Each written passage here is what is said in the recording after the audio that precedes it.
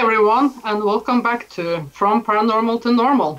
I am Kate Thorvaldsen, today's host, and Tom Schaefer is my co-host and my producer. And tonight we are going to have a good friend of mine as the first guest, Peter Robbins. Welcome.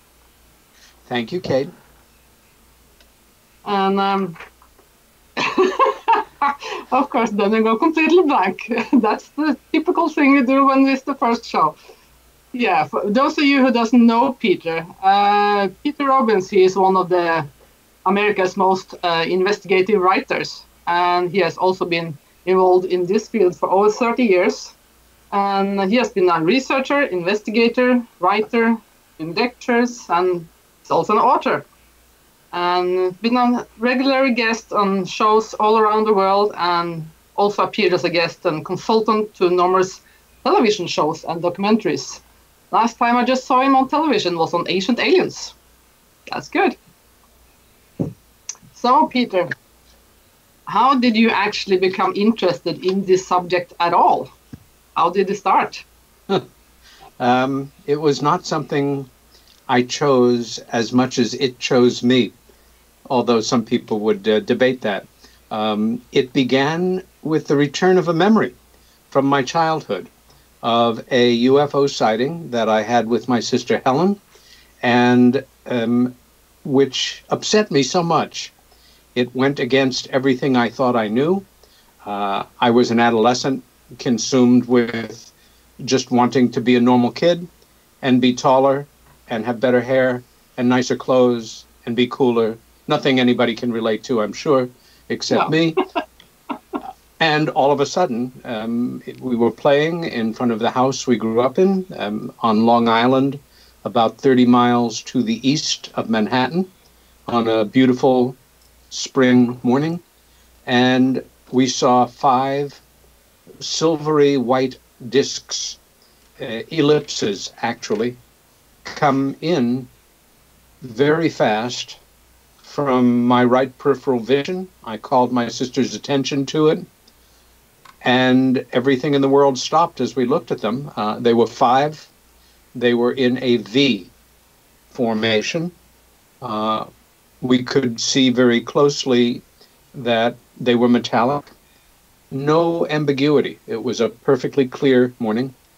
We could even see regular detail around the edge of each, which suggested like windows on a commercial airplane. And it blew my mind, as we used to say in the 60s. I was dumbstruck. I went through a reaction, which in the many years that I have worked in this field, I have chronicled with many people around the world. I call it the checklist reaction, where you look up, you're minding your business, living your life, and you see something or things that are completely anomalous, and your mind goes very quickly to everything they are not. Not airplanes, helicopters, kites, blimps, balloons, clouds, birds, and then you are stuck with something unknown. And for me, it was so upsetting. I understood the ridicule. I didn't understand much about anything else with this subject, but the ridicule I knew. It was part of the culture. And even as a boy, I knew if I told my friends about this, they would make fun of me. And so I repressed the memory. And it was more than 14 years before the memory came back. And when it did, as an adult, it was one of the most shocking days of my life. I telephoned my sister. And I did not simply say, I just remembered this. Do you remember it? I wanted her to confirm it, but I didn't want to put the words in her mouth. So I told her, I have a question for you about a childhood memory I think you share. And I set the scene. I talked about where we were standing, what the weather was like, about the time of day. And with a laugh, she cut me off, more than 14 years later now, and said, "Stop, I know what you're talking about." And not only told me what I remembered, which was both a relief and a cause of anxiety. In other words, oh my God, they're real. And oh my God, they're real. Mm. But then she said something that I think I will remember for the rest of my life, which was, but there's more, and I'm not sure you're going to like it, I think were her words. And then she went on to tell me about something I had never heard of, I had never thought about, I had never imagined in a real sense, and something that was not really in the culture at the time. This was the 1970s. And she told me about memories, fragments of memories, but clear, of what we would now call an archetypical UFO-related abduction experience. Being lifted off the ground, seeing the bottoms of these things get larger and larger, feeling her hair blowing in the breeze, having no fear whatsoever, just fascinated by the experience, which is completely illogical, especially when you are going higher in the air and just flying. And then, and bear in mind, when she told me this, there was no popular culture word for the Greys. It simply didn't exist. They were just little beings that people said, you know, in the few cases that we knew about, like Betty and Barney Hill, little aliens or whatever the terms were. But she remembered being walked through a metal hallway that had a curve. She remembered a bunch of small beings, 7, 8, 9, I don't know. I have drawings that she did. I could count up the beings that were archetypical Greys. She remembered them from her 12-year-old memory with these words, little doctors with big black eyes who talked to her in her head, and one very tall one that she knew was in charge. Sounds familiar. Then a memory, yes, I guess you are. Yeah. And then a memory of being on the table, the very specific metal table that everybody who has had these experiences knows, and being surrounded by them, no clothes on, them poking and prodding and checking her out, and hearing a voice in her head. To this day, I have heard people in the hundreds of interviews I've done with experiencers and abductees in the United States and other countries, I'm sure several hundred times, sometimes even using the exact same words Helen used back then. We have seen you before, we will see you again. You are special. We love you. We will not harm you. Part of her issues with them, because she was not frightened through this experience, was that at that moment when the voice came into her head and said, we love you, we will not hurt you, she was feeling pain. And there was a resentment that grew out of that. That is the short answer to your the long answer to your short question. Basically, that moment, my life changed. I will not say the English phrase, my life changed overnight. My life changed. But how did it change it? How different were you becoming after you getting all this information? That you were confirmed that the things that you were remembering was right. I will set it like this. At that time, I was living the beginning of my dream from childhood. I was a very fortunate child in that I was good at one thing. I knew I was good at it. Adults surrounding me encouraged me. I knew I wanted to be an artist, a painter, a sculptor, but I knew I wanted to be an artist from the time I was about 5 years old. This was reinforced very much for me by my visits to New York City, where my father's parents lived, and from the time before I can remember going to the big museums, a wonderful thing to do with children anyway. And I had graduated from the best art school in America, I think. I was teaching there now, the School of Visual Arts in New York. I was starting to show my work. I was 100% living the downtown art scene. This was my life. This was my dream. And all of a sudden, something happened that I resented very much. I didn't like it at all. And I'm still not thrilled about it in many ways. Something more important filled my head. And that was, what in the name of God just happened to my sister? back then. What is this mystery? What are these things that I remember seeing now as clear as day that were not like anything we have here that we know about? And I became obsessed. There is no other word. I continued to teach painting for some years. I continued to show my work, but I was playing at it. And I resented it tremendously. I wasn't just some mildly talented, artistic type of person living in a small town. I was in New York City. I had studied with the people whose work I was seeing at the museums. I had met famous artists. I had met Andy Warhol and Roy Lichtenstein and many others. I had worked as the assistant to one of the last great abstract expressionists, Adolf Gottlieb, a close colleague of Jackson Pollock and people of that ilk. I was serious. And so you were serious into painting stuff, and then did you get rid of all of this?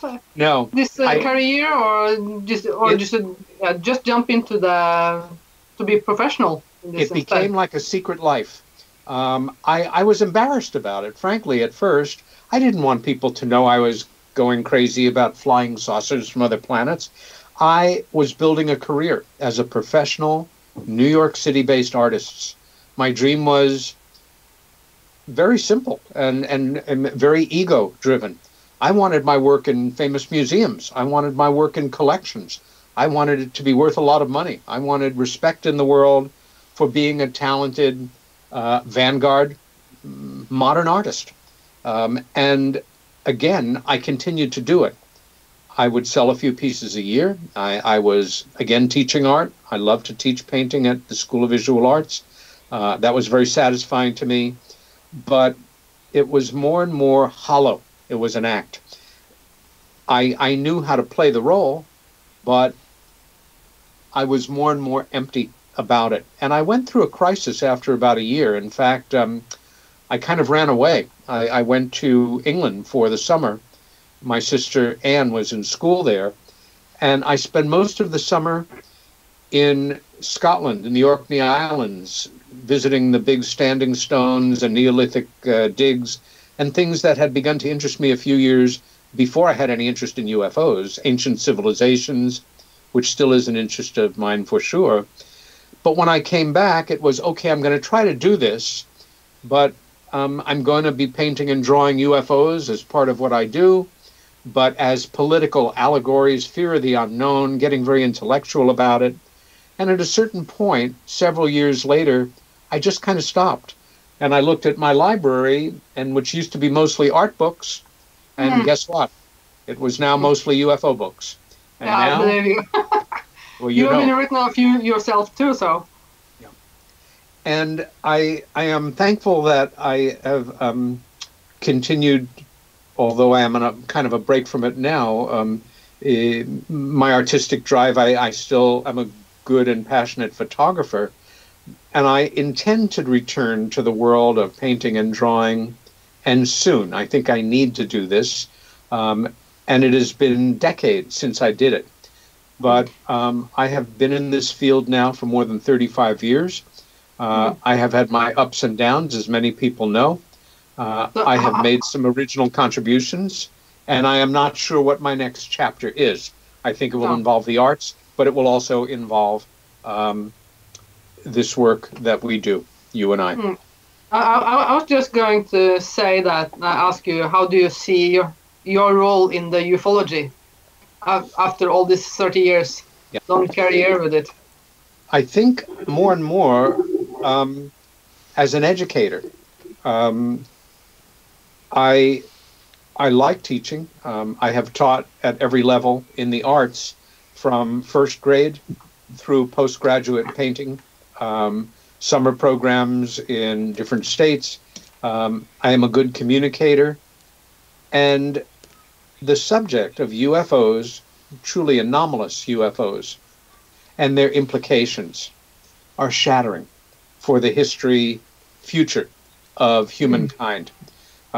We in the field, I think the more we are in it, the more we are horse-blinded, the more we actually live with the illusion that the world is following what we are doing. when it is Yeah. only a tiny percentage.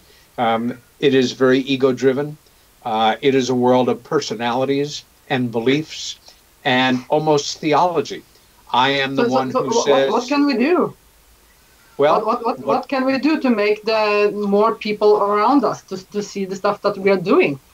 I think, number one, a certain amount of humility, of not seeing ourselves as elevated personalities, but we are fighting in the trenches, so to say. We are fighting with the regular soldiers. We are. I have a visitor here. You're Juno a the cat. helper too. Juno, good boy. Thank you very much. You are famous now in Norway. Good man. And other places. I think we need to keep coming back to the baseline. And I mean that in terms of speaking about our experiences and the experiences of others in a way that is intended to reach regular people and not, as we say in English, preach to the choir. You know, in March, you, Kat, will be speaking at this big American conference. Yeah. And I actually, this is the first time where I will be saying this anywhere in the world. This is absolutely new for me from just the last few hours. I will be there speaking with you also Ah, in Nevada. yay. I That'll got be an nice. invitation. Yes, indeed. What we shouldn't be doing is making it an exclusive club, in making ufology something different than learning about the history of the world or biology or reading. It needs to be more and more integrated. I think every time somebody like you or me speaks to a regular group of people, like when we spoke in Pine Bush, New York at the Little Conference, when you visited here, with the intention of trying to make this more real for regular people, choosing words that does not isolate you, not being afraid to look foolish for people.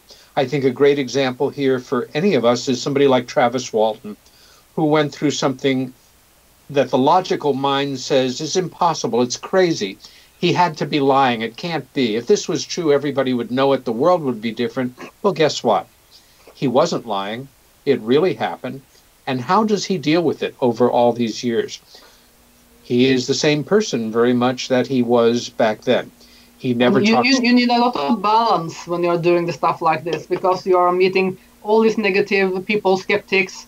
And Exactly. As I always said too when I'm having the lectures, but you know what? I don't believe it. I know it. And that's a big difference. Yes, and of course, exactly. For me, as the same of the rest of the people that are experiencers, they are self-examination themselves in and out over years and years and years.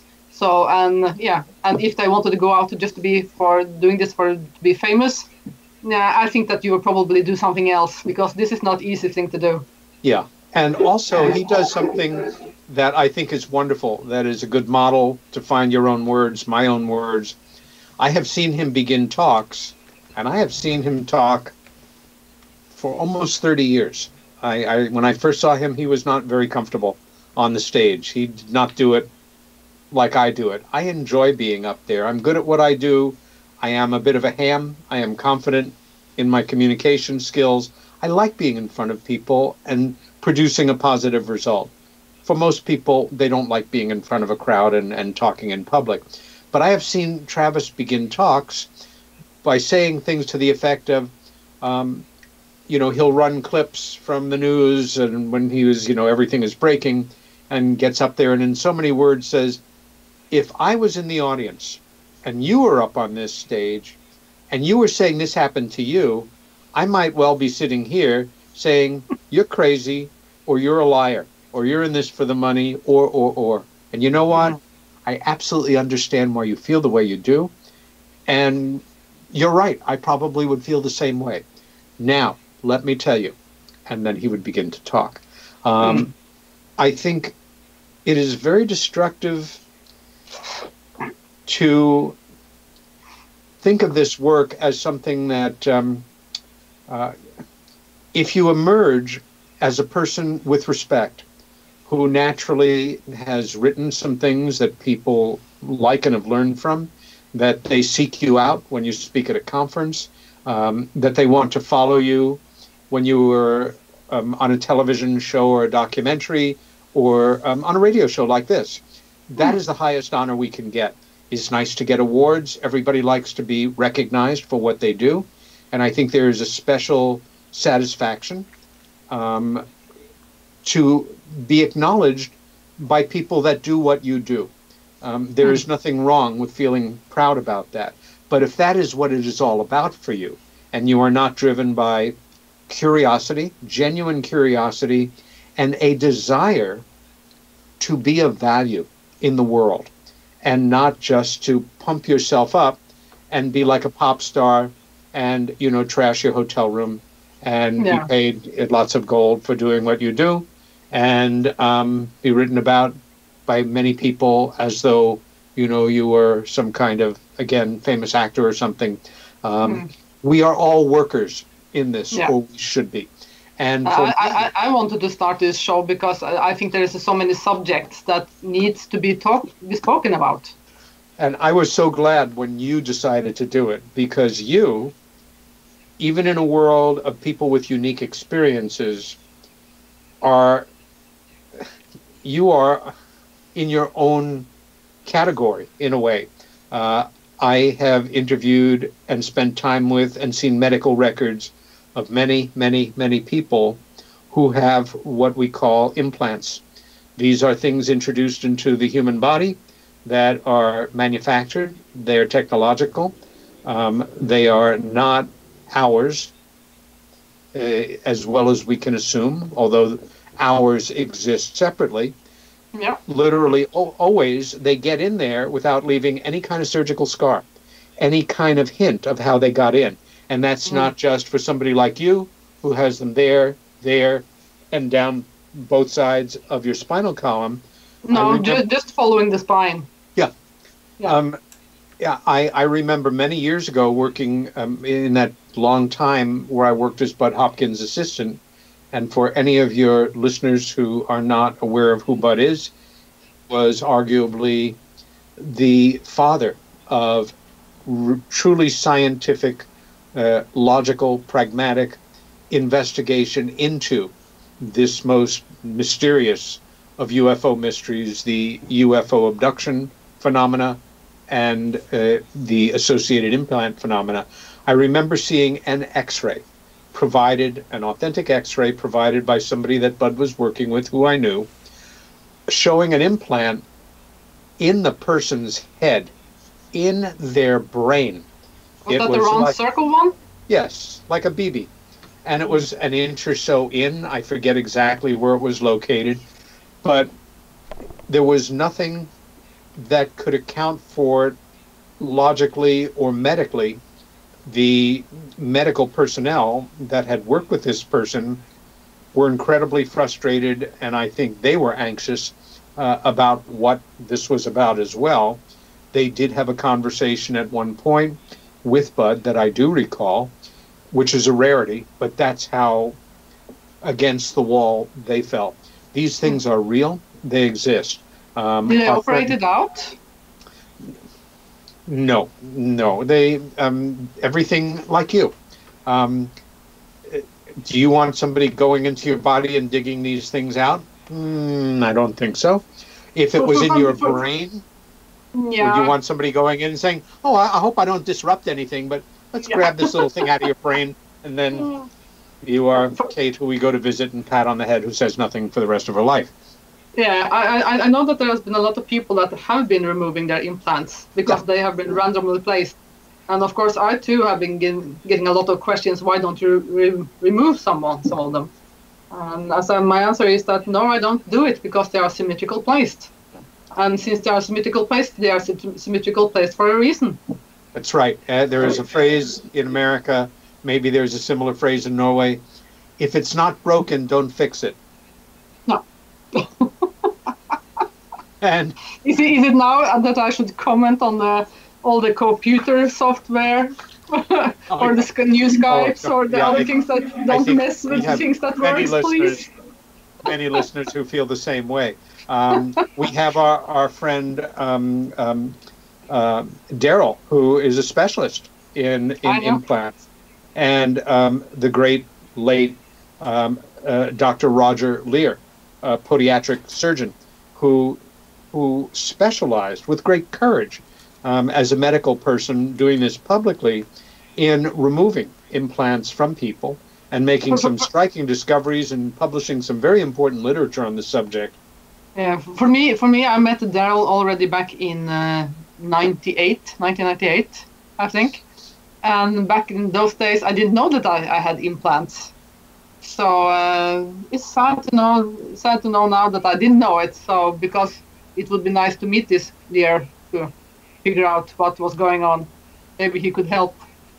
Right. Little did you know he could fill a whole case with stuff taken out of you. Yeah. Oh.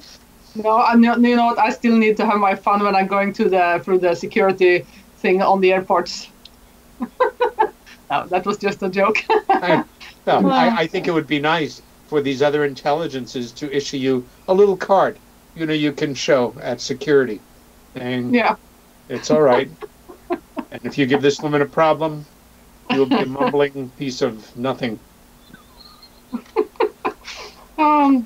So I have one question for you. This as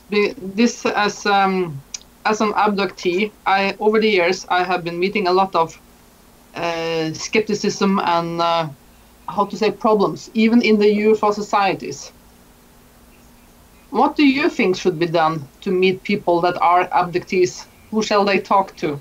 What kind of people should they try to find? I think, for me, I think that every UFO community should have their own little group of people that are serious, not afraid, perhaps abductees themselves that are balanced. Yeah. People like that. It's a very important question. We know that there are many people around the world who know something has been happening to them. They have partial memories or full memories, extraordinarily strange fears that make no sense. They know because maybe they can feel something under their skin. They know they react very dramatically, but they don't know who to go to, who to turn to. Forget about people in the community or people in Los Angeles or New York or Philadelphia or London or areas where there are clusters of researchers and known investigators, open experiencers, that kind of thing. I think the process has to begin with self-education. The internet is a double-edged sword, as we know. It can be of extreme value, and there is so much crap. There is so much junk. There is so much mystical nonsense. There are so many things that anybody can put forward and sound fairly serious, but is just it's gobbledygook. It means nothing. It may be lies. They may be crazy.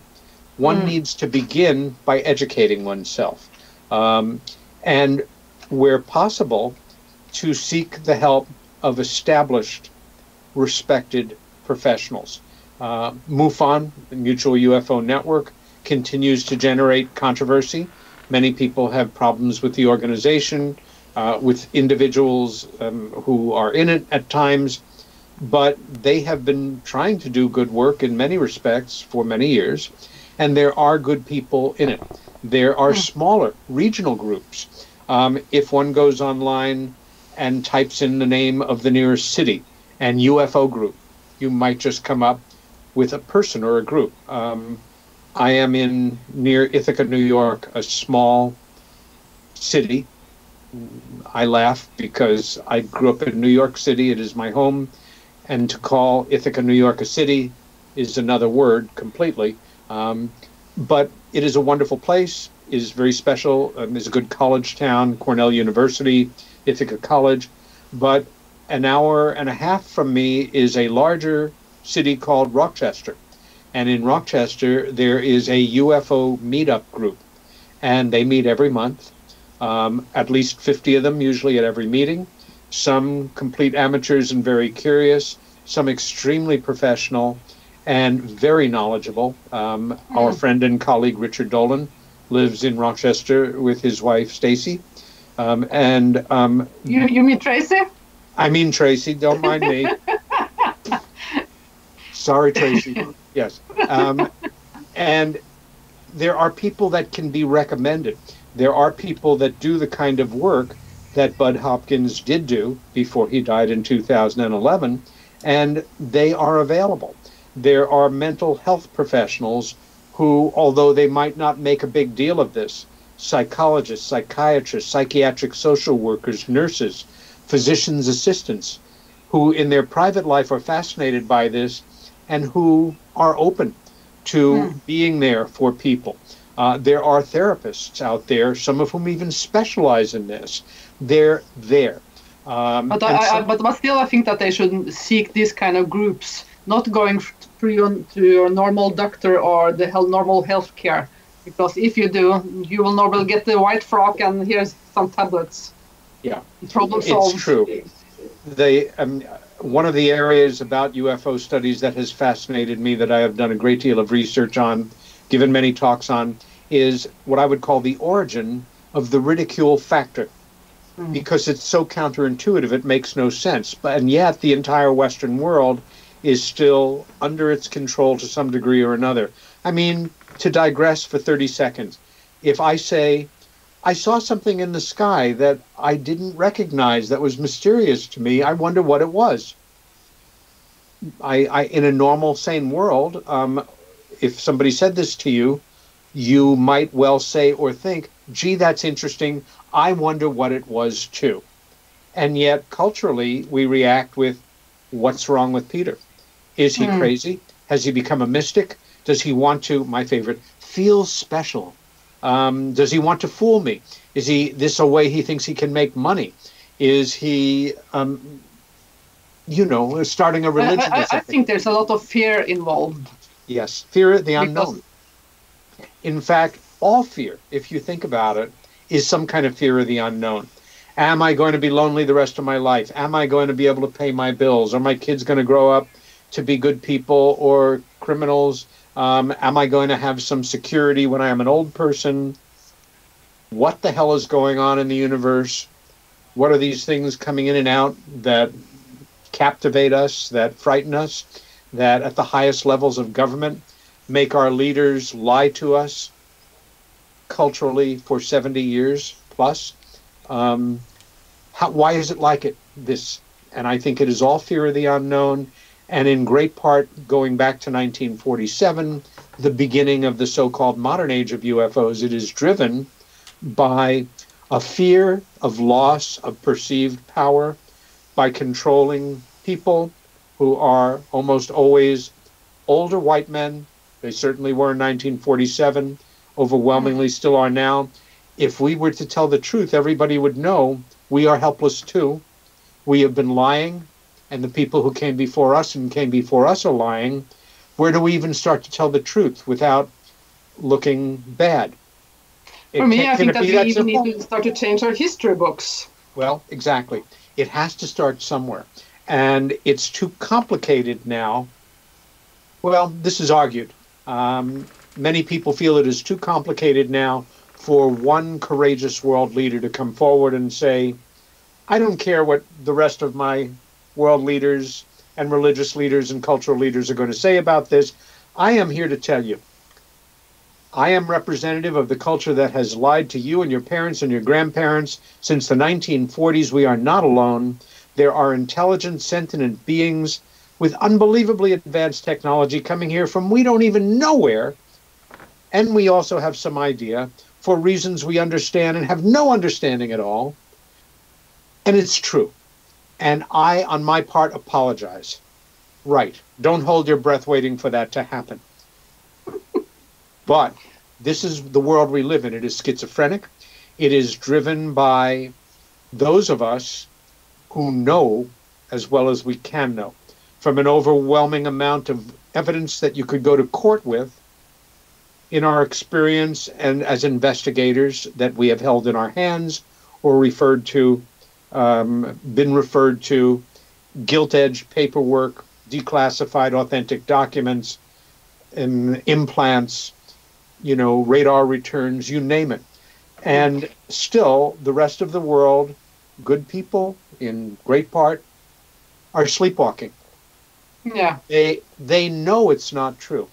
Because but you know what? I think that also the problem is that when someone is presenting the truth out there with big letters, and even then you have all these people that are so-called debunking it, or they are making other stuff up and putting it out as a big conspiracy here and conspiracy there. And at the end, it will be so much information, all directions. So what shall you believe at the end? Kent, you're absolutely right. And in that sense, it's never been worse. Because let's say 5 or 10 years ago, conspiracy theories and people who, I am all about the Bilderbergers and the World Bank and, everything that William Cooper ever said was true. And the world is filled with underground chambers filled with Martians. And they sounded crazy. Now it has become part of our culture, and it is led by the most powerful man in the world, the President of the United States, who has not met a conspiracy he does not like. And if that is the tone that is set, it is very difficult to proceed in a completely rationalist, pragmatic manner, because any Yahoo in the world can now say, but I am part of the secret space program, and I lived on Mars in a certain, base, and I have visited the mines on the moon, and I am actually reborn from the being that I was in my old body, and, here's my clearance, and there are people that will believe them. There are people that will believe them. And within the wildest assertions are very likely truths that even for people like me are still very hard to wrap my head around. So we are all at effect. And it is very easy now, more easy than it has ever been, to keep the pot stirred, to keep things confused, to keep people like living in a reality TV show. And who knows what the next episode will bring. We are being engineered. We are being led. We always have been. But it's so blatant now and so outrageous. Once again, the best thing we can do is educate ourselves, find people who are worthy of our trust, and always remember that people are fallible, that when you have a hero or a heroine, there is always the possibility they will fall on their face. If you follow heroic ideas, you are better off. But there are people that do their best, that actually are worthy of our respect. I think part of it is reading. More and more we live in a world where people read less and less. They are bombarded by so much other material. They get their information. Fast information on the YouTube or internet. Well, that's it. From the screen, the holy screen. There will be religions in the future that will worship these things. In a way they are already. We call them maybe not religions, but it still makes me a little bit crazy when I see a frustrated young parent. All right, already, here's my phone.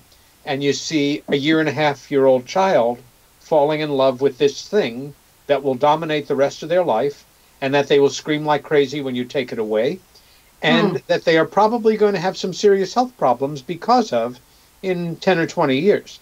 It is a very scary moment that we are in the real world. It's one of the reasons why when people ask me, as we are talking about now, I want to be in this work. I don't know if I want to do it like you crazy person, and try to actually make a living, but I am interested, I am driven. I saw something, I had an experience, somebody I know did, I believe it. I have read works by people who you know and who you respect. Where do I begin? I will often say begin by building your library. There is nothing better than a real physical, nuts and bolts, three-dimensional library filled with books on whatever subject it is that you want to specialize in or you are passionate about. No different than if we were paleontologists studying dinosaurs, or our life was about stress in metals and figuring out as engineers why bridges collapse. We would have many books on metals and stress and, physics and that kind of thing. UFO studies is no different. And in the world of the UFO literature, there's unbelievable crazy crap and a lot of wonderful, important, well-written, well-researched books. Yeah. So, when that's said, how do you think that ufology will look like in 10, 15 years? Do you think that we have been doing any progress? How many years? 10, 15 years. I'm just asking because since I've been into this UFO subject too for many, many years, for me, it seems like most of the UFO community are still stuck. Yeah, they prefer to talk about the old cases from the 60s. And even when there are people walking around between them today that are or having implants or are abductees or having experiencing, they are not interested in them. They are interested in the old stuff. That's the cases that they want to present. So are we still doing that, the same cases in 10, 15 years? I think I am of two minds. I am one of those people who actually think it is important to study the old quality cases. Like going to school, to be familiar with our history so that you can have a better awareness of what may come to pass and understand past mistakes so that ideally, if you are involved, the mistakes will not be made again. 10 or 15 years may go by like that, or it may be a very long time. We may be living in a post-apocalyptic world where some of our friends and neighbors are growing tails and have an eye in the middle of their forehead and are speaking in grunts and murdering each other over a can of food. Or we may be working on a world unified way to finally try to address the problems that are naturally creeping up on us more and more every year in terms of dramatic weather changes and the beliefs in both directions that surround it. We may be doing talks together with our favorite gray alien by the table with us, giving two sides to the argument. I can't even imagine, but I would hope that ufology, for lack of a better term, the serious study of truly anomalous UFOs and their implications, will have sorted itself out a little better in 10 or 15 years than it has right now, where we are still fighting with each other, fighting with past ideas,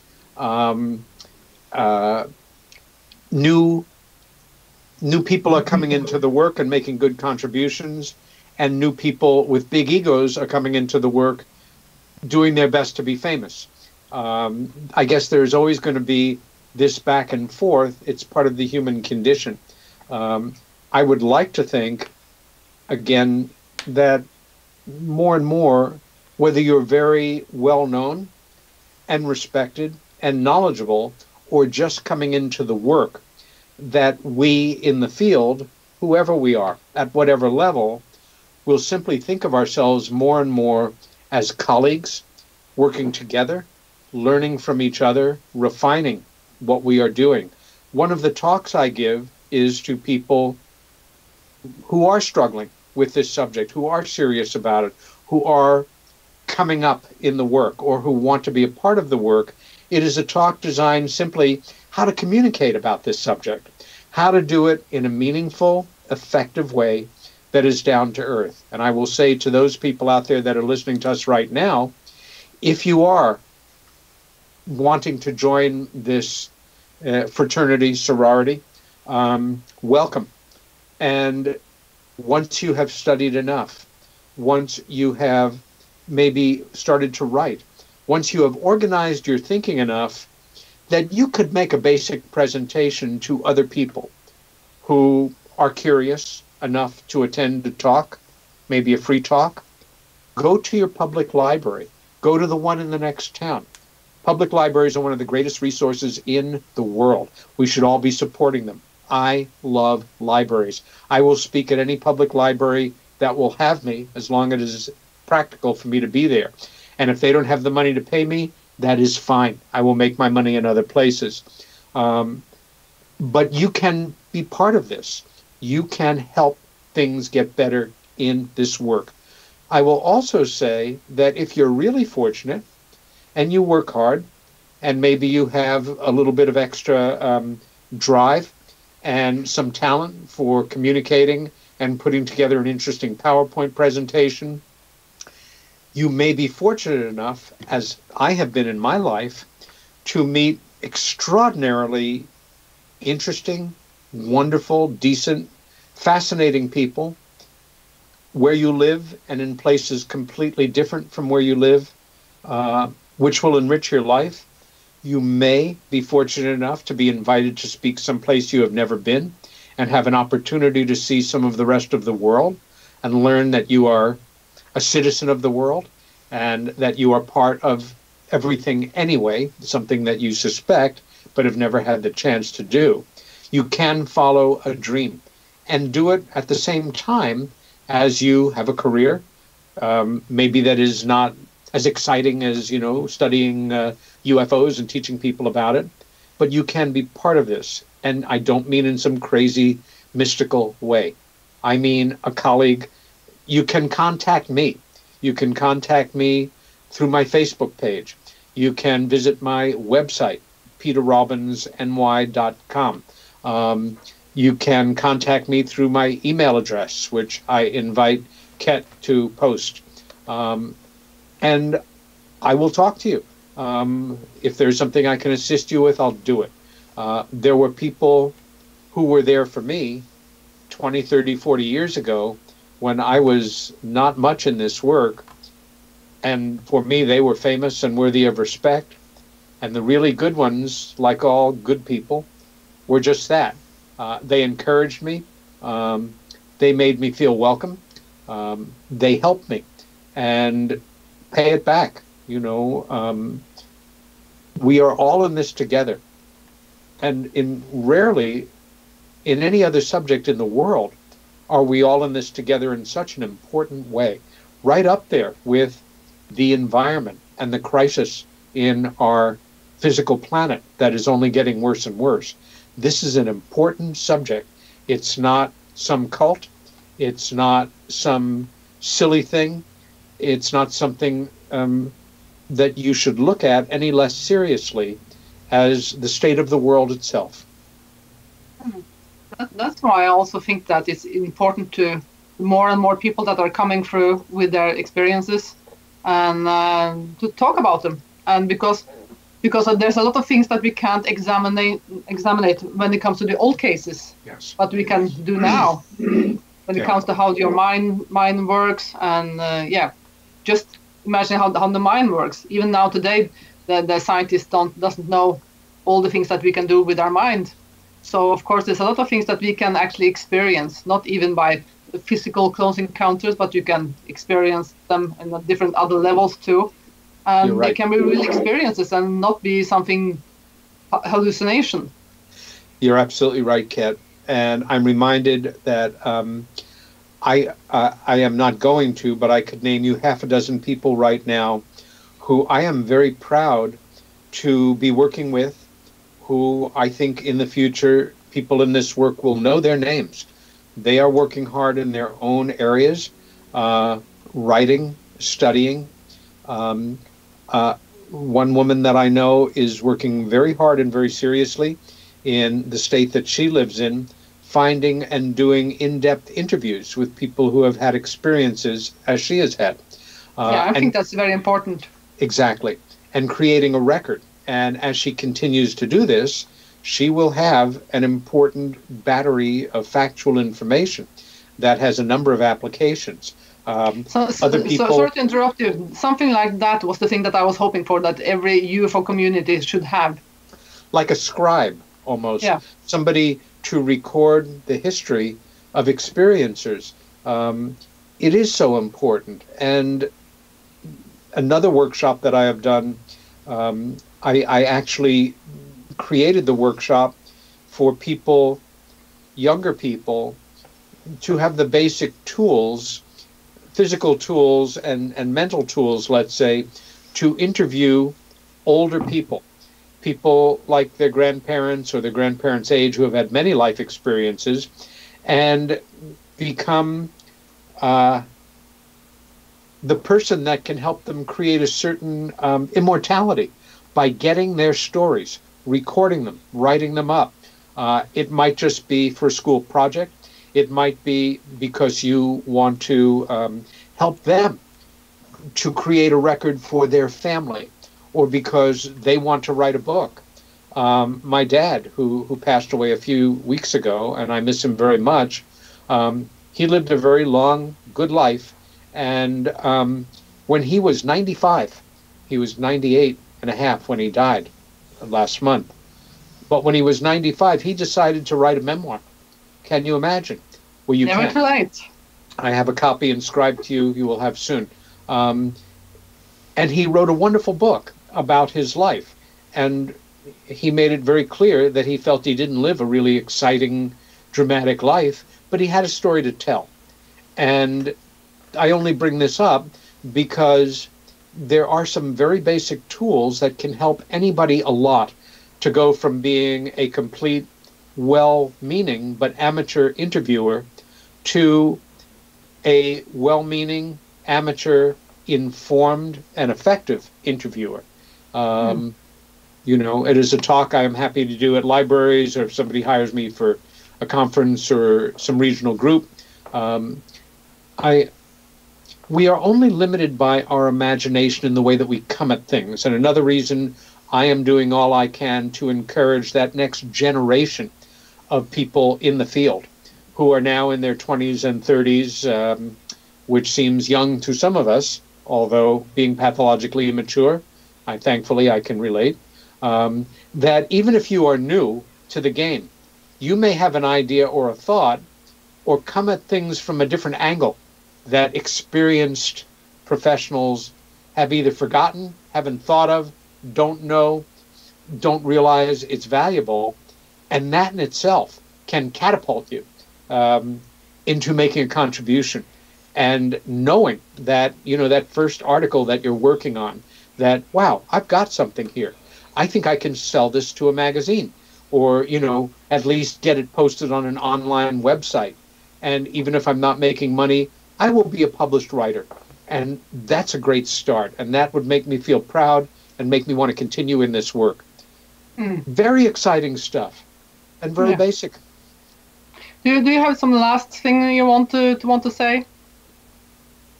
Yes. I would like everybody listening to take as much money as they have, put it in an envelope, write my address on it, get it from Ted, and send it to me now. Because no, that was the wrong address. Send to me instead. No, you know what? There's another place that actually can send it, and that is if the people that are watching this show, they will also see that I have a link to a little project that I've just been starting up, and that is about the Tibetan children village in Dharamsala in northern India. And there are 4 houses there where there are 85 kids living there. And the conditions, the house conditions, they are so terrible. I can't imagine. I was just seeing the picture of the shower, and I was thinking, ooh, going into that shower in the wintertime? No. The roofs are leaking. The windows are very in bad shapes. There's a lot of stuff needs to be changed. So I was thinking that I'm a rich person. Normally, in this standard, I'm not a rich person, but besides them, I'm very, very rich. Yeah. And as I told my mother and my sister this year, you know what? I don't need any Christmas presents. I have everything I actually need. Yeah. But you know what? Instead, go into the GoFundMe project instead, and help me raise the money that I need. Because I want to change the roofs on the houses, and I want to fix the windows, and I will do the things I can to help out. Then thank you for giving me a serious note to end the show on. Number 1, I want you to send me the link to this village in Dharamsala. As you know, I have traveled in India when I was younger. It is a very special place in my heart. And yes, the 3 of us right now talking, our dear producer, we are among the most wealthy people on the entire world, even if we are having trouble paying our bills compared to the rest of the world. Number 2, the most important thing to me about this work It's been many years since the most important thing was, I must know about the aliens and these other intelligences. Where do they come from? What do they eat? What do they want? Interesting questions, but they have kind of gone past me. I know at a certain point I will be gone. What is important to me now is the impact of this subject on my fellow human beings. That is what is most important to me. The damage that a lack of disclosure does. The potential damage that wholesale disclosure can do. Too much information, too fast, overloading, it's just too much to even consider in one shot, although there are people that would do that. Do what you can in the real world to be of value to others. I was brought up with a sense of being of service as well as taking care of myself and the people that I care about. Ket's, the village in India, this is a perfect example. Find something that you can give to, that you can help with, that ennobles you by just being a decent person, for goodness sakes, and take some of the attention off of you. And it doesn't have to have a damn thing to do with ufology. I'll close by saying one of my all-time favorite conferences that I am very proud to co-found and speak at almost every year is one in a beautiful little village in New England in Exeter, New Hampshire.